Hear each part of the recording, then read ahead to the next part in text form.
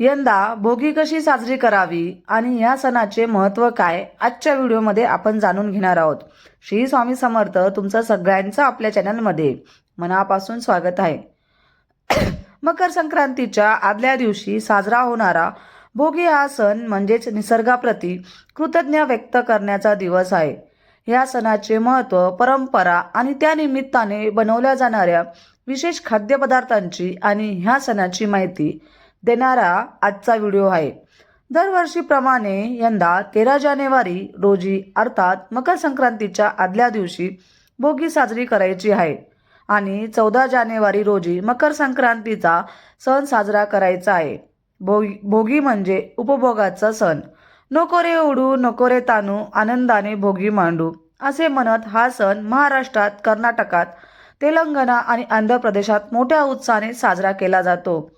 थंडीच्या दिवसात निसर्गातून मिळणाऱ्या ताज्या पिकांचा आनंद घेणे आणि शरीराचे पोषण करणे या मागचा मुख्य उद्देश आहे.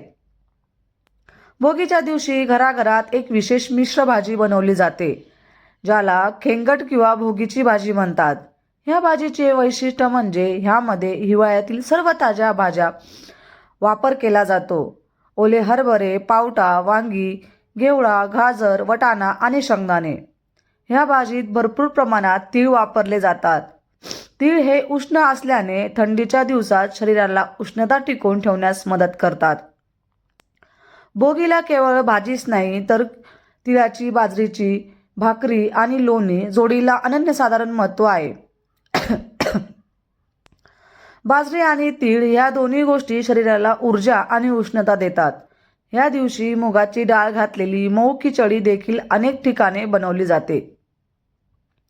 पौराणिक कथेनुसार हा दिवस देवराज इंद्राला समर्पित आहे. इंद्राने पृथ्वीवर पाऊस पाडून समृद्धी आणली म्हणून त्याचे आभार मानले जातात. साफसफाई आणि मंगलस्थान.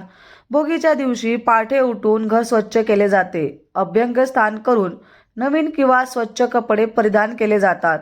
अंगणात सुंदर रांगोळी काढली जाते. कचरा जाळण्याची परंपरा.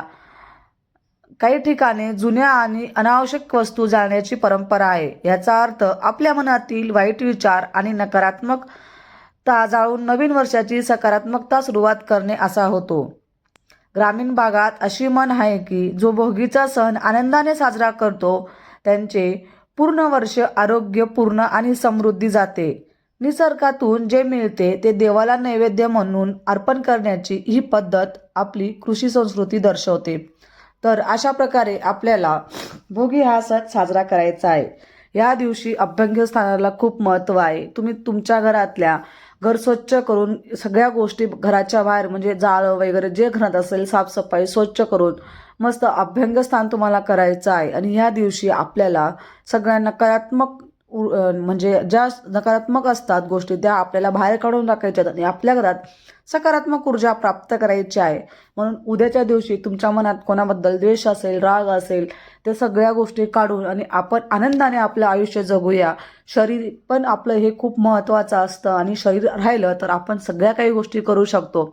आरोग्य हे खूप महत्त्वाचं आहे. म्हणून तुम्ही आपलं आरोग्य सांभाळून आणि कोणाचा न विचार करता आपण सगळ्यांचा विचार सोडून आणि आपण आपलं आयुष्य कसं जगायचं हे उद्यापासून तुम्ही नक्कीच करू शकतात. तर आजची माहिती, आजचा व्हिडिओ तुम्हाला कसा वाटला नक्कीच आवर्जून सांगा. व्हिडिओ आवडला असेल तर लाईक, शेअर आणि सबस्क्राईब करायला अजिबात विसरू नका.